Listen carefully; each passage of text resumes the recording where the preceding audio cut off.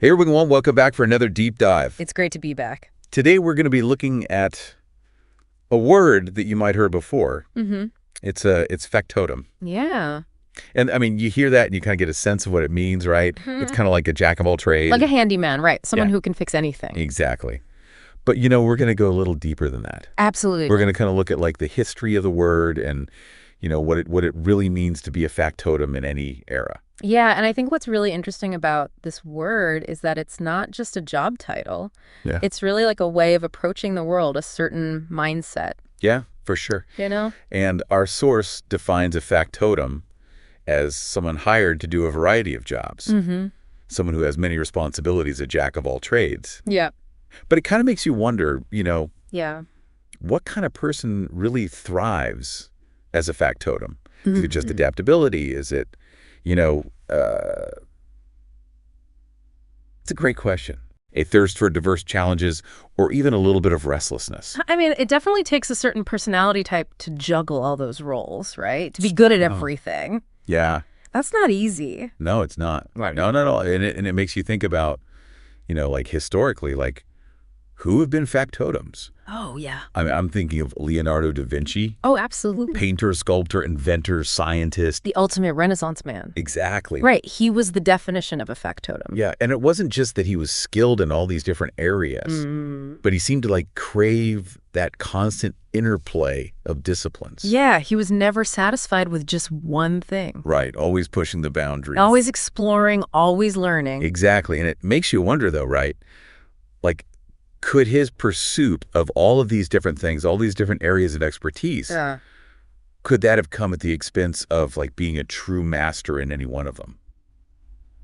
That's a really interesting question, right? Because we often think about specialization as the key to success. Yeah. But maybe there's something to be said for being a generalist, for having a broad range of skills. Right. And it kind of challenges like the whole modern emphasis on like you have to find your niche and you have to Absolutely. like drill down. Yeah, you have to be the expert in one very specific thing. Yeah. But maybe there's more to life than that. Mm-hmm. For sure. And historically, the role of the factotum was very much tied to service. Oh, To absolutely. being like an indispensable right hand.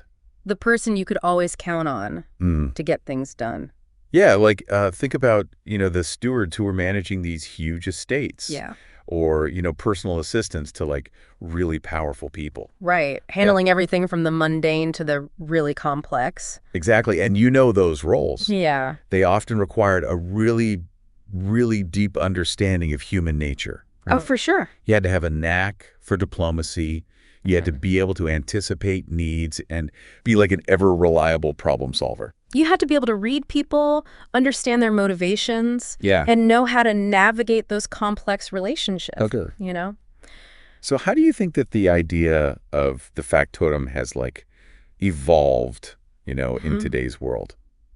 that's a good question. What do you think? Well, I think in some ways it's become even more relevant. Okay. Think about startup founders. Yeah. They have to be able to do everything. They're coding, Their marketing they're fundraising. and managing teams. Right. It's incredible. Yeah.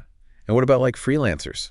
Oh, yeah. Freelancers are the ultimate factotums. They're doing everything. They're writing, they're designing, they're managing social media, they're doing it all. Yeah. And it's not just those roles, Yeah. right?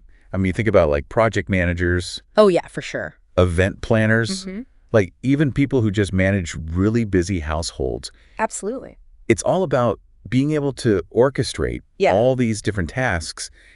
And work with all sorts of different personalities. Yeah. It's a real skill. Yeah, so it seems like even though the historical context has changed, like the core of the factotum, that resourceful adaptability Yep. is still super relevant. If not more so. Right. Yeah. Because the world is just getting more and more complex. And Yeah. the ability to adapt is essential.